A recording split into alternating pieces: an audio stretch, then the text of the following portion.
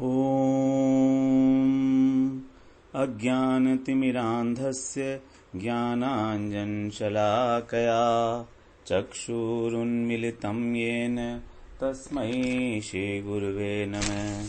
वाञ्छाकल्पतरुभ्यश्च कृपासिन्धुभ्यैव च पतितानां पावनेभ्यो वैष्णवेभ्यो नमो नमः। श्री कृष्ण चैतन्य प्रभो नित्यानंदा श्री अद्वैत गदाधर शिवसदि गौर भक्त वृंद। हरे कृष्ण कृष्ण कृष्ण हरे हरे, हरे राम राम राम हरे हरे। हरे कृष्णा। आज पिछले वीक में हमने जो श्रवण किया तो आज उसको रिवाइज करने का दिन है। पिछले वीक में हमने श्रवण किया कि श्रद्धा कितने प्रकार की होती है और नवधा भक्ति क्या होती है और भगवत तत्व के बारे में। तो आज हम अभी पहले श्रद्धा का टॉपिक दोबारा से रिवाइज कर लेते हैं। उसमें बताया गया था कि श्रद्धा क्या है। तो पूरा भगवान ने 17वां अध्याय गीता का पूरा श्रद्धा के ऊपर ही रखा है। और वो भी श्रद्धा भगवान ने कौन सी बताई? लौकिक श्रद्धा। तो उसके अंदर पूरा का पूरा अध्याय ही श्रद्धा के लिए डिवोटेड है वो। तो श्रद्धा क्या चीज है? एक्चुअली बताया भगवान ने कि जो हमारी अंतःकरण की वृत्ति है, अंतःकरण जो हमारा है, वो उसमें एक प्रकार का स्वभाव होता है जो पूर्व जन्मों का जो हमारे संस्कार हैं उसके द्वारा वो संस्कार, पूर्व जन्मों के जो संस्कार हैं वही हमारे अंतःकरण में होते हैं, चित्रित होते हैं। और अंतःकरण के उन संस्कारों के अनुसार ही उस व्यक्ति की श्रद्धा आगे बनती है। तो श्रद्धा अगर हम देखते हैं तो पहले दो प्रकार की श्रद्धा बताई थी। एक है लौकिक श्रद्धा और दूसरी है परमार्थिक श्रद्धा। अर्थात जो श्रद्धा लौकिक वस्तु को लक्ष्य करती है। लौकिक वस्तु क्या है? धन, संपत्ति, भोग, स्वर्ग की कामना, ये सब लौकिक संपत्ति है, लौकिक या परलौकिक। तो ये दोनों जो है इनको जो लक्ष्य करती है उस श्रद्धा को हम लोग लौकिक श्रद्धा बोलते हैं। लौकिक श्रद्धा में 3 प्रकार की श्रद्धा भगवान ने 17वें अध्याय में बताई है, सात्विक, राजसिक और तामसिक। और परमार्थिक श्रद्धा, इसका जो उद्देश्य होता है वो भगवान, परमार्थ। ये जो परमार्थिक श्रद्धा है इसको बोलते हैं हम शास्त्रीय श्रद्धा। अब हम बात करते हैं पहले लौकिक श्रद्धा की। तो लौकिक श्रद्धा किस प्रकार से उत्पन्न होती है? लौकिक श्रद्धा हमारे पहले बताया एक तो कि सबसे पहले जो हमारे संस्कार हैं पूर्व जन्म के उसके अनुसार श्रद्धा होती है हमारी। और जैसी हमारी श्रद्धा होती है हम वैसा ही कार्य करते हैं। हमारा कर्म या तो सात्विक होगा या राजसिक होगा या तामसिक होगा। कैसे पहचानेंगे हम कि कौन सा कर्म हो रहा है हमारा? तो हम लोग पूरे दिन के अंदर इन्हीं तीनों गुणों के अंदर जो है उतरते चढ़ते रहते हैं। कभी हमारे ऊपर सात्विक गुण ज्यादा होता है हमारे अंदर, कभी राजसिक, कभी तामसिक। जैसे जब सुबह उठते हैं तो उस समय क्या है, माइंड बड़ा फ्रेश होता है, तो उस समय भजन पूजन का टाइम होता है। तो वो जो सात्विक गुण है उस समय ज्ञान अर्जन करने का टाइम होता है। फिर जैसे जैसे दिन बढ़ता है तो राजसिक प्रवृत्ति बढ़ती है। राजसिक का मतलब क्रिया प्रधान, लोभ प्रधान। तो क्रिया और लोभ ये इसके 2 लक्षण हैं राजसिक श्रद्धा के। और तामसिक श्रद्धा फिर निद्रा और आलस्य। जब हमें आलस्य घेर लेता है, निद्रा घेर लेती है, हम अज्ञानवश कुछ बात सोचना नहीं चाहते हैं, मूढ़ता जब आ जाती है, वो तामसिक है। इस प्रकार से ये 3 प्रकार की श्रद्धाएं हैं, सात्विक, राजसिक और तामसिक लौकिक श्रद्धा। अभी लौकिक श्रद्धा उत्पन्न कैसे होती है? जब हम किसी व्यक्ति को देखते हैं जो भजन कर रहा है और हम देखते हैं कि उसका जो है व्यापार आगे बढ़ गया, काफी प्रोग्रेस हो रही है उसके व्यापार में, घर में भी खुशहाली है, बीमार भी नहीं होते हैं लोग, तो फिर हमको भी इच्छा हो जाती है कि हम भी गुरु धारण करें और गुरु धारण करके फिर हम भी भजन कर लें जिससे कि हमारा भी सुख शांति आ जाए घर में। तो ये श्रद्धा जो है लौकिक श्रद्धा है। और ये या वंश परंपरा के अनुसार भी ये श्रद्धा प्राप्त हो जाती है। जैसे हमारे पिताजी किसी महात्मा की सेवा किया करते थे। अब उनके जाने के बाद हम भी जो है सिर्फ एक फॉर्मेलिटी पूरी करने के लिए उसकी सेवा करते हैं। लेकिन किसी समय में कोई हमको अच्छे महात्मा मिल जाते हैं जो हमको ज्ञान देना चाहते हैं, तो हम उनकी सेवा करते हैं और फिर उनके प्रति हमारा लगाव हो जाता है। तब फिर ये हमारी जो लौकिक श्रद्धा है ये हमारी परमार्थिक श्रद्धा में परिवर्तित हो जाती है। और पहली वाली जो लौकिक श्रद्धा है वो भी जब साधु संग मिलता है, जब शुद्ध प्रवचन मिलते हैं हमको सुनने को, हमारे हृदय को शास्त्रों की बात छू जाती है, तब फिर वो भी परमार्थिक श्रद्धा में परिवर्तित हो जाती है। इसलिए श्रद्धा सबसे पहले लौकिक श्रद्धा ही होती है। जनरली लौकिक श्रद्धा ही देखी गई है लोगों में कि वो किसी कारणवश, किसी लोभवश जो है भगवान का नाम लेना शुरू कर देते हैं। और परमार्थिक श्रद्धा क्या है? परमार्थिक श्रद्धा भगवान को लक्ष्य करती है। ये दो प्रकार की श्रद्धा है। इसको पहले तो बोलते हैं इसमें शास्त्र शासनमयी, अर्थात हमने कहीं कथा श्रवण किया कि अगर हम भगवान का भजन नहीं करेंगे तो हमको नरक की प्राप्ति होगी या हमारी अधोगति हो जाएगी, तो हमारा को भय हो गया। तो इस भय के कारण जो भगवान के भजन में प्रवृत्ति हो रही है, इसको हम बोलते हैं शास्त्र अवधारणामयी श्रद्धा, जो भय से हुई है। और दूसरी होती है लोभमयी। जब भगवान का हमने लीलाएं कथाएं सुनी और देखा इतना माधुर्य उनकी लीलाएं इतनी सुंदर लगी हमको, तो फिर हमको जो हो जाती है वो लोभमयी श्रद्धा है। लोभमयी श्रद्धा बहुत रेयर है, वो उन्हीं में होती है जिन्होंने पिछले जन्मों में बहुत भजन साधन किया हुआ है, तो उनमें ऐसा लोभ जागृत होता हुआ देखा गया है। अब ये जो परमार्थिक श्रद्धा है, इसके बारे में भगवान ने बताया है 12वें अध्याय में, बस थोड़ा सा इंगित मात्र किया है। पूरी गीता में आध्यात्मिक ये जो परमार्थिक श्रद्धा है इसकी बात ज्यादा नहीं की है, क्योंकि सिर्फ एक ही जगह भगवान ने बताई थी 12वें अध्याय में, जब अर्जुन ने पूछा कि हे भगवान, आपने मेरे को सब चीजें बताई कि ये इस तरह का ज्ञानी ऐसे होते हैं, योगी ऐसे होते हैं, तपस्वी ऐसे होते हैं, कर्मी इस प्रकार के होते हैं, भक्त ऐसे होते हैं, तो अभी मैं कंफ्यूज हो गया हूं कि मैं क्या करूं, कौन से आपके सबसे सर्वश्रेष्ठ भक्त हैं। तब भगवान बता रहे हैं दूसरे श्लोक में 12वें अध्याय के, मयि आवेश मनो ये माम नित्य युक्ता उपासते श्रद्धया पर्योपेतास्ते मे युक्त तमामतः। मयि आवेश मनो ये माम, जो अपने मन को मुझ में आवेशित करके, अर्थात उनका आवेश जो है मुझ में ही हो जाता है, वो मेरे अतिरिक्त और कुछ भी चीज नहीं सोचते हैं, किसी चीज का चिंतन नहीं होते हैं। क्योंकि जब हम आवेशित हो जाते हैं किसी चीज में, तो हमको पूरी दुनिया में कुछ भी दिखाई नहीं देता है। जैसे जब एक बच्चा कोई मैथमेटिक्स की प्रॉब्लम सॉल्व कर रहा है तो उसको सुनाई नहीं देता घर में कितना शोर हो रहा है, क्योंकि उसका आवेश हो गया है। इसी प्रकार जब भगवान में आवेश हो जाता है, चार्ज हो जाते हैं हम, तो फिर कैसे उपासना करते हैं? नित्य युक्ता उपासते। नित्य युक्ता मतलब हमेशा युक्त होकर, भगवान से संबंध बनाकर, क्योंकि जब हम भगवान से संबंध बनाएंगे तभी हम निरंतर उनकी उपासना कर सकते हैं, और तभी हमारे अंदर आवेश भी आ सकता है। अभी हम भगवान की पूजा करते हैं तो जरा सा इधर उधर कुछ आवाज सुनी तो मन भटक जाता है, हमारा आवेश ही नहीं बन रहा है, क्योंकि हमारा भगवान से कोई संबंध ही नहीं है इस समय में। और फिर आगे बता रहे हैं श्रद्धया पर्योपेतास्ते, जो परम श्रद्धा है मेरी, श्रद्धा परया उपेत माने प्राप्त करके, इस परम श्रद्धा को प्राप्त करके जो मेरा भजन करता है, मैं युक्त तमामतः, वही मेरे मत के अनुसार वही सर्वश्रेष्ठ योगी है। तो श्रद्धा की जब बात होती है, यहां पर परम श्रद्धा की बात कर रहे हैं। परम श्रद्धा में लक्ष्य किया है भगवान ने परमार्थिक श्रद्धा को। परमार्थिक श्रद्धा हमारे स्वरूप में होती है, लेकिन क्योंकि माया के द्वारा हम बद्ध हो गए हैं, इसलिए वो श्रद्धा जो है दिखाई नहीं देती और लौकिक श्रद्धा हमारी प्रिवेल करती है हमारे ऊपर।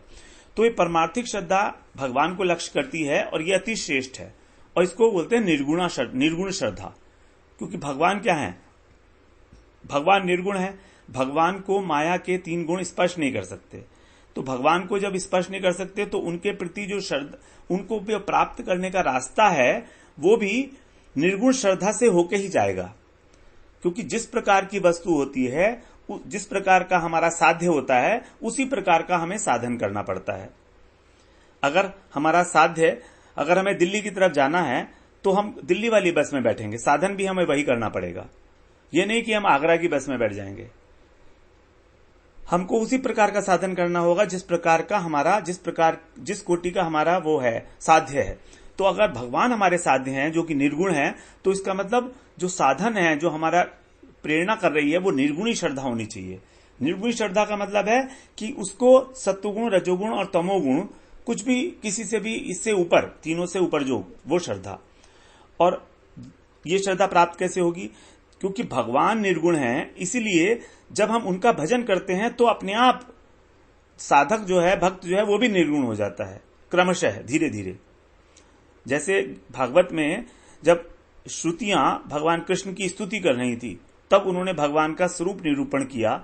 तो वहां पर बता रही हैं श्रुतियां स्तुति करती हुई, श्रुतियां क्या, जितने भी वेद वगैरह, वो सब मूर्तिमान स्वरूप होके भगवान की जब स्तुति कर रहे थे, तब उन्होंने बोला था, हरिर्हि निर्गुण है साक्षात पुरुष प्रकृते परः स सर्वद्रक उपद्रष्टा तम भजन निर्गुणो भवेत। हरिर ही निर्गुण है साक्षात, क्योंकि ये हरि कैसे हैं, साक्षात निर्गुण है, ये निर्गुण है, इनमें कोई गुण स्पर्श नहीं कर सकता प्रकृति का। और कैसे हैं, पुरुष है, पुरुष है और प्रकृति पर है। ये साक्षात पुरुष कैसे हैं, प्रकृति से परे हैं, अर्थात प्रकृति से मायातीत हैं, क्योंकि प्रकृति के ये अधीश्वर हैं। भगवान माया के अधीश्वर हैं, भगवान माया के स्वामी हैं, इसलिए भगवान माया से परे हैं। और सर्वद्रक, सर्वद्रक मतलब वो सबको देखने वाले हैं, सबके नियंता हैं, सबको देख रहे हैं, सबका निरीक्षण कर रहे हैं। उपद्रष्टा, उपद्रष्टा मतलब साक्षी, वो सबके साक्षी भी हैं। जैसे बताया था ना, जीवात्मा और परमात्मा, परमात्मा जो है उसी शरीर रूपी वृक्ष पर बैठे हुए आत्मा को सुख और दुख का भोग करते हुए देखते हैं, तो साक्षी भी हैं ये।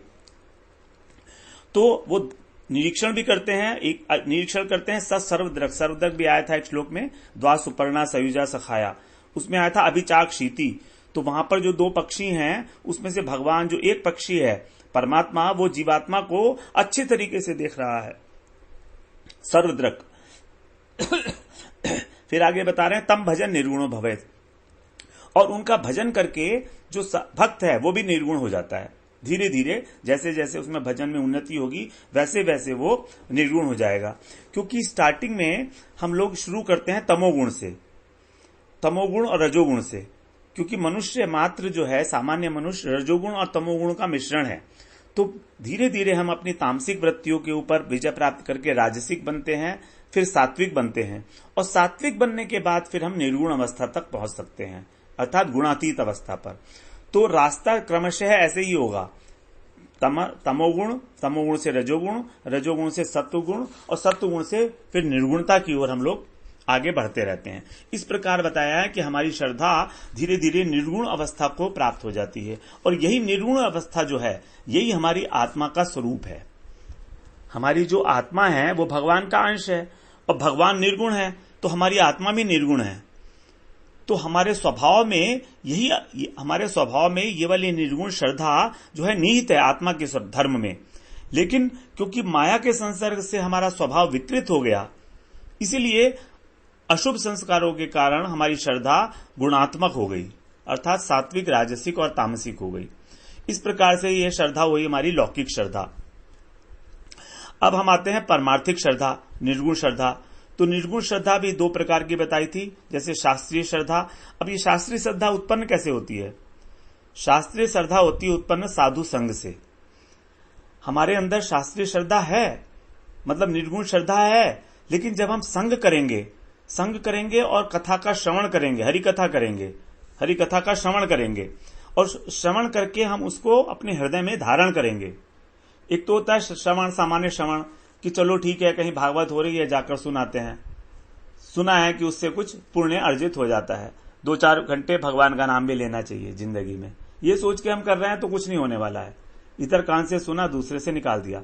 लेकिन अगर हमारी इच्छा है कि हम जो कुछ श्रवण कर रहे हैं उसका जो तत्व है, उसका जो एसेंस है, उसको हम अपने हृदय में धारण करें, जिससे धीरे धीरे वो हमारे अभ्यास में आ जाए, हमारी सोच में आ जाए, हमारे विचारों में, हमारे आचरण में आ जाए, तो ये वाली जो श्रवण है, यही श्रवण हमारा जो है एकमात्र कल्याण करता है। फिर क्या करता है व्यक्ति, जब परेशान हो जाता है, वो सुनता है, गुरु की महिमा सुनता है, भगवान की महिमा सुनता है, तब उसकी इच्छा हो जाती है कि हाँ मैं भी गुरु धारण करूंगा। तो जब सदगुरु मिल जाते हैं उसको, सदगुरु भी ऐसे नहीं मिल जाते हैं, सदगुरु भी बहुत सुकृति के बाद मिलते हैं। सदगुरु वो हैं जिन्होंने भगवान की प्राप्ति कर ली है, जिनको उसकी अनुभूति है और जिनको शास्त्रों का भी ज्ञान है। सदगुरु के ये लक्षण बताए हैं। सदगुरु का जो स्वरूप लक्षण है, जो मेन मुख्य लक्षण है, वो है भगवत प्राप्ति, और उनका जो गौण लक्षण है वो है शास्त्रों का अध्ययन। अगर सदगुरु को शास्त्रों का अध्ययन नहीं है प्रॉपरली, तो जब उनका शिष्य उनसे कोई प्रश्न पूछेगा तो उसका वो शास्त्र सम्मत उत्तर नहीं दे पाएंगे, तो उसकी जो श्रद्धा है वो डगमगा जाएगी। इसीलिए गुरु को शास्त्र का भी जानकारी होनी चाहिए, पूरा विद्वान होना चाहिए, वो मर्मज्ञ होना चाहिए शास्त्रों का, और भगवान की अनुभूति होनी चाहिए। अब किसी व्यक्ति को भगवान की अनुभूति हो गई है कि नहीं हो गई है कैसे पता लगेगा? ये पता लगता है उसके आचरण को देखकर, और आचरण तभी हम पता लग सकता है जब हम उसके साथ रहें कुछ समय तक, या जो हमारे बहुत ही क्लोज हैं वो उनके साथ रहे हैं और उन्होंने हमें रेफर किया है, तो या तो बाय रेफरेंस और या फिर हम स्वयं उनके साथ रहें। ये दो ही संभावनाएं हो सकती हैं हमको सदगुरु के प्राप्त करने की।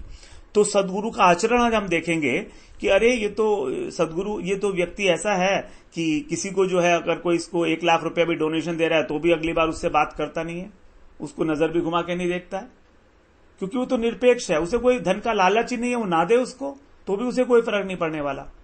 लेकिन अगर गुरु देख रहा है कि वो लालच है इसके मन में, तो धन के प्रति, भोग के प्रति, तो इसका मतलब यह है कि उसकी अभी संसार से, भोगों से निवृत्ति नहीं हुई है। अगर भगवान में अनुरक्ति हो गई है तो संसार से विरक्ति होगी ही होगी। अगर भगवान में अनुरक्ति है तो धीरे धीरे संसार से विरक्ति होगी और वो उसके आचरण में दिखाई देने लगेगी। उसको चाहे किसी तरीके का भोजन करा दो, उसके लिए सब कुछ ग्रहणीय हो जाता है, वो कहीं पर भी कोई शिकायत नहीं करता है। उसके चालने का ढंग, उसके बैठने का ढंग, उसके बोलने का ढंग, सब कुछ अलग हो जाता है। तो इसीलिए भगवान से गीता में पूछा था भगवान ने, स्थित प्रज्ञ के क्या लक्षण है, वो कैसे बोलता है, कैसे बैठता है, कैसे खड़ा होता है, कैसे चलता है, वो हम आएंगे दूसरे अध्याय में। इसलिए तो सदगुरु को पहचानना बहुत जरूरी है, उसके लक्षण जानना जरूरी है कि गुरु क्या है। कभी समय मिलेगा तो गुरु तत्व पे बात करेंगे हम, क्योंकि गुरु धारण करना है तो गुरु तत्व को हमें जान लेना चाहिए कि गुरु कितने प्रकार के हैं, कौन सा गुरु हमको करना चाहिए, कौन सा नहीं करना चाहिए। अगर हमने गलत गुरु किया है तो हम उसको कैसे ठीक कर सकते हैं, गुरु में कैसे श्रद्धा होनी चाहिए, किस प्रकार होना चाहिए, ये सारी बातें बहुत जरूरी हैं इस चीज के लिए।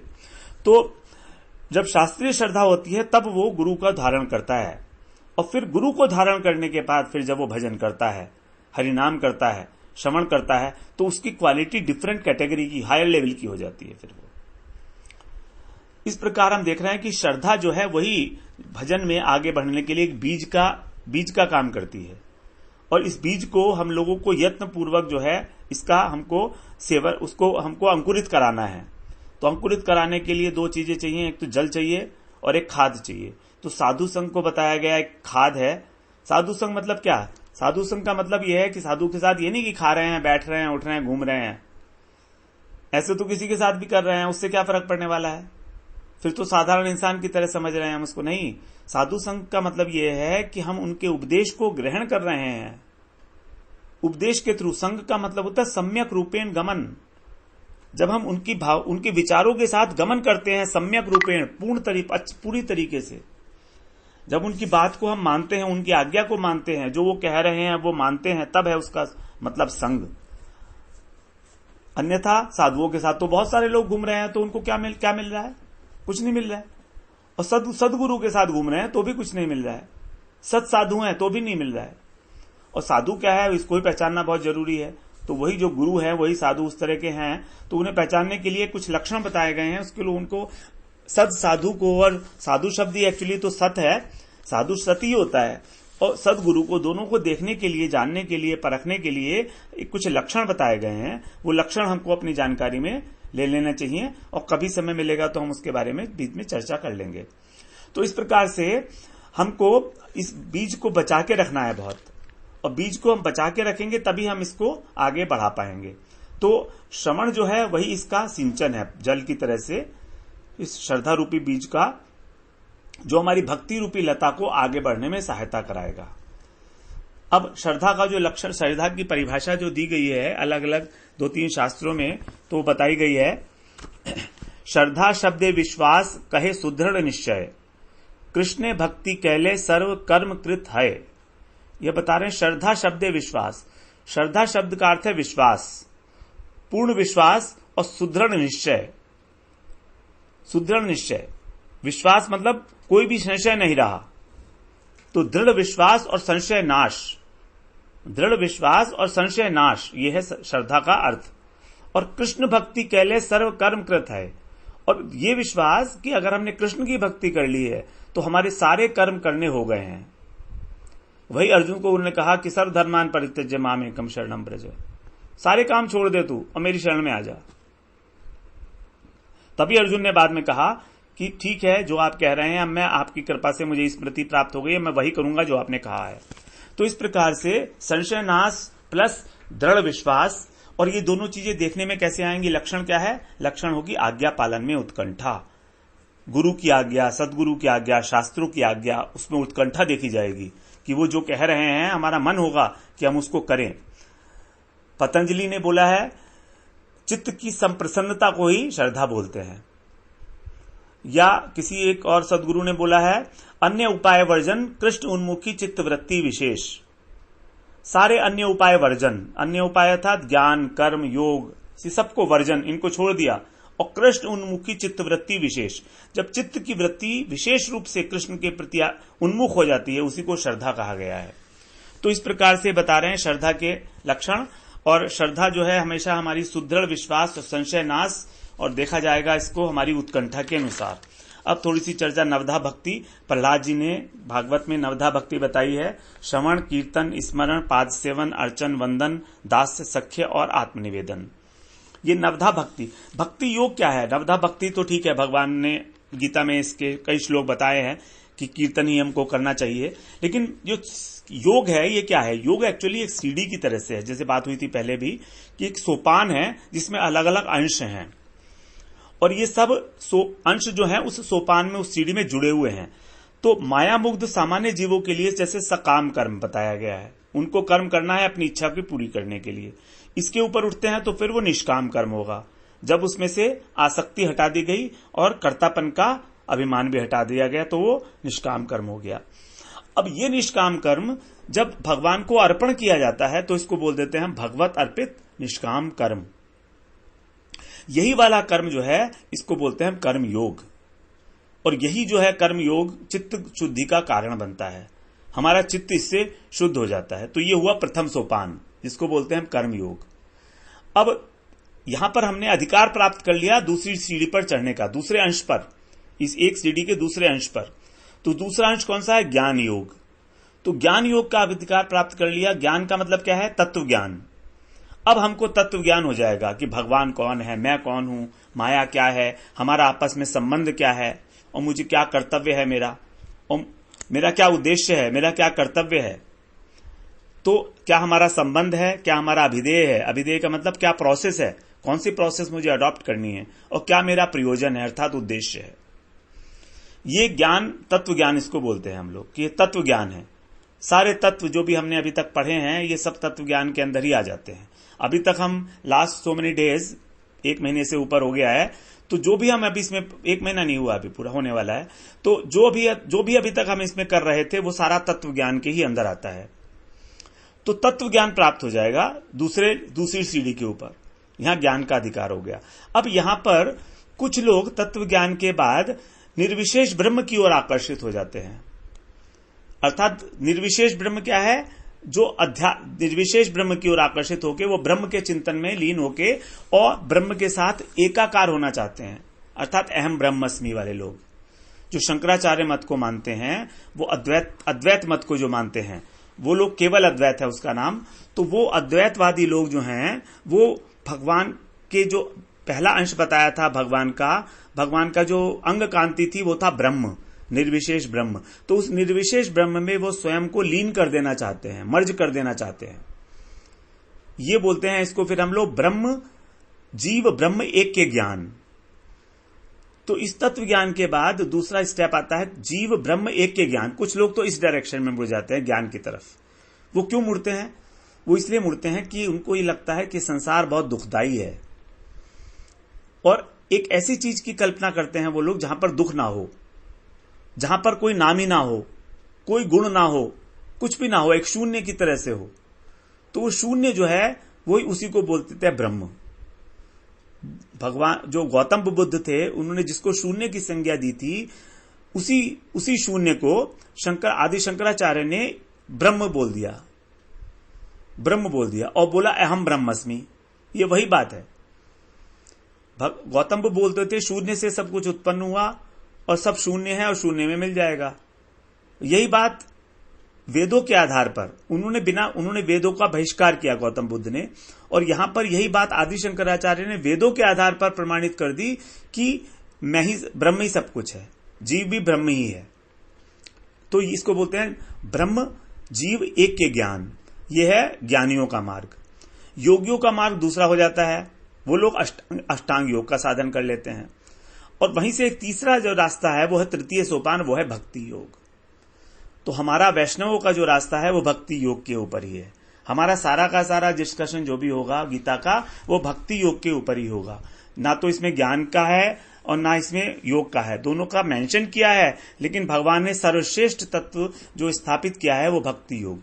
इस ग्रंथ का प्रतिपाद्य विषय को समझने के लिए 6 क्लॉजेज होती हैं। तो अभी टाइम नहीं है, हम लोग 6 क्लॉजेज कभी डिस्कस कर लेंगे कि किस बेसिस के ऊपर हम ये कह रहे हैं कि ये भक्ति योग को ही लक्षित कर रहा है। तो जब वो 6 क्लॉजेज फुलफिल हो जाती हैं तब वो वही वाला उस ग्रंथ का प्रतिपाद्य विषय होता है। उसको 6 स्केल्स के ऊपर जो है पूरे ग्रंथ को विश्लेषण किया जाता है, उन 6 पैमानों के ऊपर, और तब उसमें से जो तत्व निकल के आता है फाइनल, वो बोलते हैं कि यही उसका प्रतिपाद्य विषय है ग्रंथ का। इस प्रकार से एक ही सीढ़ी के जो अलग अलग सोपान हैं, इसमें कहीं कोई अंतर नहीं है, सब डिफरेंट स्टेप्स हैं। कुछ लोग कर्म योग पर ही रह जाते हैं, वो आगे नहीं बढ़ पाते। कुछ लोग तत्व ज्ञान पर ही रह जाते हैं, वो भक्ति में ही प्रवेश नहीं कर पाते। ज्ञानी बन के रह जाते हैं, पंडित बन जाते हैं, बस वो भजन नहीं करते, वो भगवान का भजन नहीं करते, और बातें बहुत ऊंची ऊंची करते हैं। आचरण में उनके कुछ भी नहीं है और बातें बहुत ऊंची ऊंची करते हैं। बड़े बड़े पंडितों को हरा देंगे अपने शास्त्रार्थ में, सिर्फ बातें करते हैं, आचरण नहीं करते हैं। भगवान की सेवा से कोई मतलब नहीं है उनका, हरिनाम करने से उनका कोई मतलब नहीं है, श्रवण कीर्तन स्मरण कुछ नहीं है। वो वहां रुके हुए हैं तत्व ज्ञान के ऊपर ही। वो भी हमारा लक्ष्य नहीं है। हमारा लक्ष्य क्या है? भक्ति योग की साधना करके भगवान के परम प्रेम को प्राप्त करना, भगवत प्रेम को प्राप्त करना, और प्रेम प्राप्त करके ही हम उनकी सेवा करने के योग्य हो पाएंगे। इस प्रकार से इन तीनों योगों में कर्मयोग, ज्ञान योग, अष्टांग योग और भक्ति योग, इन चारों के अंदर ही हम कोई भेद ना देखें। ये भेद नहीं है, ये अवस्था विशेष है। ये सब अवस्था विशेष हैं और इसमें इसीलिए आपस में विवाद करना बिल्कुल बेमानी है, उसका कोई अर्थ नहीं होगा। हमें यह देखना है कि भगवान ने इसमें क्या रिकमेंड किया है। भगवान ने 12वें अध्याय के दूसरे श्लोक में बोल दिया है कि जो मेरे को नित्य युक्त होकर श्रद्धा पूर्वक मेरा उपासना करता है, अर्थात मेरी भजन करता है, वही निर्गुण हो पाता है। तम भजन निर्गुणो भवेत्, जो मेरा भजन करता है। और भजन भक्ति योग में ही होता है, ज्ञान मार्ग में और योग मार्ग में भजन नहीं होता है। उसमें अपने आप से सारा साधन करना पड़ता है साधक को। और भक्ति योग में एक बात और भी सबसे इंपॉर्टेंट ये हो जाती है कि कोई मूढ़ व्यक्ति है या कोई मूर्ख व्यक्ति है, उसके लिए भक्ति योग नहीं है। हम लोग ये सोचते हैं कि जिसके पास अकल नहीं है, जिसके पास बुद्धि नहीं है, वो भक्ति योग करेगा। नहीं, वो भक्ति योग कर ही नहीं सकता, क्योंकि इसमें सिद्धांत को जानना बहुत आवश्यक है। इसलिए हमने इतने सारे दिन हम सिद्धांत को ही दे रहे हैं। अभी पता नहीं हम लोग कब श्रीमद् भगवत गीता में प्रवेश करेंगे। इतने दिन हम लोग सिद्धांत पर ही दे रहे हैं, इसीलिए क्योंकि हमारे यहां वैष्णव सिद्धांत में, गौड़ीय वैष्णव सिद्धांत में कहा गया है कि सिद्धांत जानने में कभी भी आलस्य ना करें अगर भक्ति योग में प्रवेश करना है। हम लोग सिद्धांत जानने में आलस्य करते हैं कि अरे इसे जान के क्या होगा, इसकी जान के ही सब कुछ होगा, इसे जान के ही हमारी श्रद्धा बनेगी, हमारा प्रेम बनेगा भगवान से। क्योंकि प्रेम के लिए श्रद्धा बहुत आवश्यक है। जिस व्यक्ति में श्रद्धा होगी उसी से हमें प्रेम होता है, वरना हम किसी से ऐसी तो ना किसी से प्रेम कर लेते हैं। और श्रद्धा तभी होगी जब हम उसकी महिमा को जानेंगे, और महिमा जानने के लिए तत्व ज्ञान आवश्यक है। और तत्व ज्ञान हमें मिलेगा शास्त्रों से और गुरु से, साधु से। तो इसीलिए श्रद्धा जरूरी है। गुरु में, शास्त्रों में जब श्रद्धा होगी तभी तत्व ज्ञान मिलेगा। ज्ञान भी हमको बिना श्रद्धा के नहीं मिलता। 4थे अध्याय में बोला भगवान ने कि ज्ञान जो है सिर्फ श्रद्धा से ही मिलता है। और ज्ञान योग का एक अंग भी है श्रद्धा, और भक्ति लता का तो अंग नहीं है, भक्ति लता का तो बीज ही श्रद्धा है। ज्ञान का एक अंग मात्र बताया है, यहां पर भक्ति योग में बीज है। जो एक हमने चार्ट डाला है उसमें तो उसके अंदर पता लग जाएगा। श्रद्धा की भक्ति के अंदर लिखा नहीं है, अंग में नहीं आया, लेकिन ज्ञान के अंदर एक अंग माना गया है श्रद्धा को। श्रद्धा मान लभते ज्ञानम,